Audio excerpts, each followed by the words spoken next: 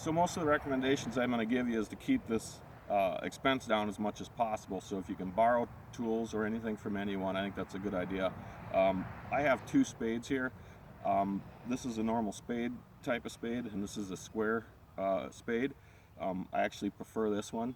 You don't need the bib overalls. I just happen to steal these from Earl, so thank you, Pops.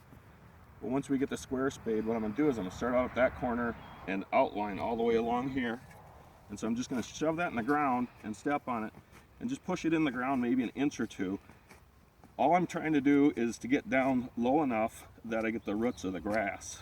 I'm going to come right up to that stick there, and then I'm just going to come over and square that off. I'm going to stab that down the whole way. You might be able to push with one foot. If you're a little lighter, you might have to jump on it a little bit. Once I get to this corner, then I'm going to follow that all the way down there. Then I'm going to put my foot there, so it's about a foot away. I'm just going to make a straight row from here on over to here. You may want to go a little less than a foot, because this is actually kind of big. And then what I like to do is just come a little distance from here, so I'm just making little rectangles.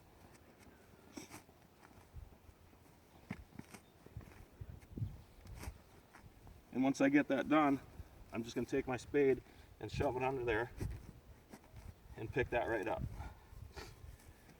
Back in the old days, or even now, this is what they call sod. So if you have a spot on your lawn that's dead, you can actually just take this and put it there and water it and it'll grow.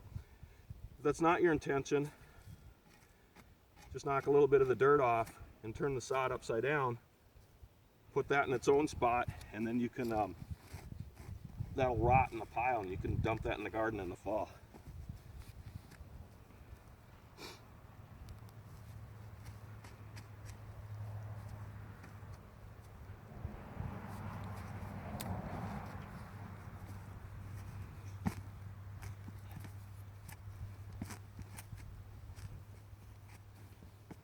So I'll just do this until this whole garden is done. Don't be afraid to take a little break if you want.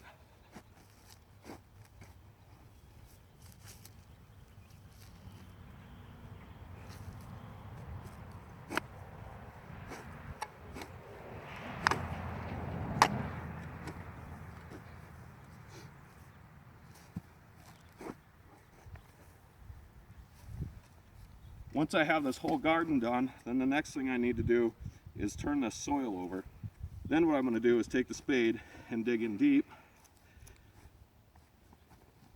bring that soil up, and then flip it over. This one I get on there with both legs because I have to really drive it down. I'm trying to get down about 4 to 6 inches, and I'm just chopping that up.